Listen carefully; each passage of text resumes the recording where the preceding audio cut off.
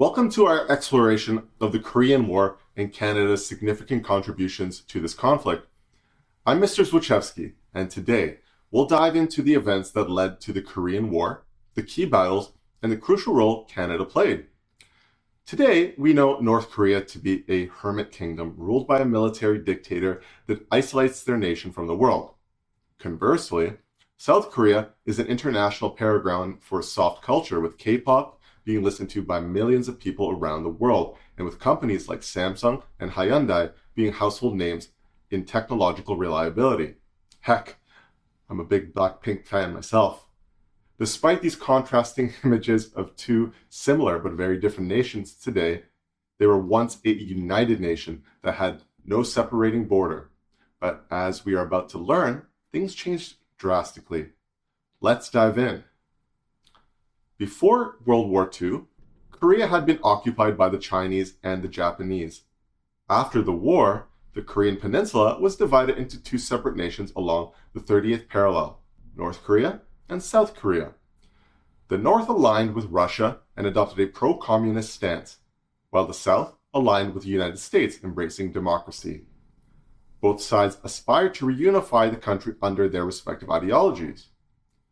By 1950, North Korea, with full backing from Soviet leader Stalin, was equipped with modern military equipment. On June 25, 1950, North Korea launched a surprise invasion into South Korea with 150 Russian tanks, 40 fighters, and 70 bombers. The South, poorly prepared with only 40 tanks and 12 fighters, was quickly overwhelmed. The North Korean forces swiftly overran South Korea, even capturing the capital city Seoul. It appeared the war was over, and Korea would be unified under communist rule. At this critical juncture, the United States, supported by the United Nations, intervened. American forces stationed in Japan were deployed to Korea, and an international effort began to push the North Koreans back. Canada was among the UN member nations that answered the call to defend South Korea. Canada contributed significantly to the Korean War effort, sending over 26,000 troops to fight alongside the UN forces. Canadian soldiers played a vital role in several key battles, demonstrating bravery and resilience. Despite the reinforcements, the fighting was intense.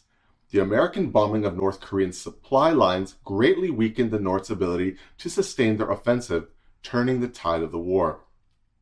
After years of brutal fighting, a military stalemate emerged with little territory change.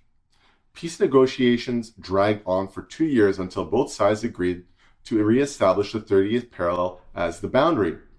A demilitarized zone, or DMZ, was created along this line to prevent further conflicts.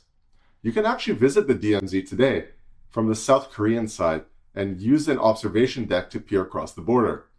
Interestingly, both sides will stage and engage in minor skirmishes consisting of floating balloons with propaganda pamphlets over each other's borders, or the South Korean side putting up giant movie screens at the border to show the North K-dramas or blast K-pop to illustrate that life was vastly different on the other side.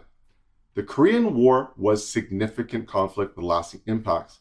It marked the first major test of the United Nations' ability to respond to global aggression and set the stage for Cold War dynamics. For Canada, it demonstrated a commitment to international peacekeeping and collective security. Today, we honor the sacrifices and contributions of the Canadian soldiers who served in the Korean War. Their efforts helped shape the course of history and underscore the importance of international cooperation in maintaining peace. Thank you for joining me in this brief exploration of the Korean War and Canada's role. Understanding these events helps us appreciate the complexities of global politics and the enduring legacy of those who served.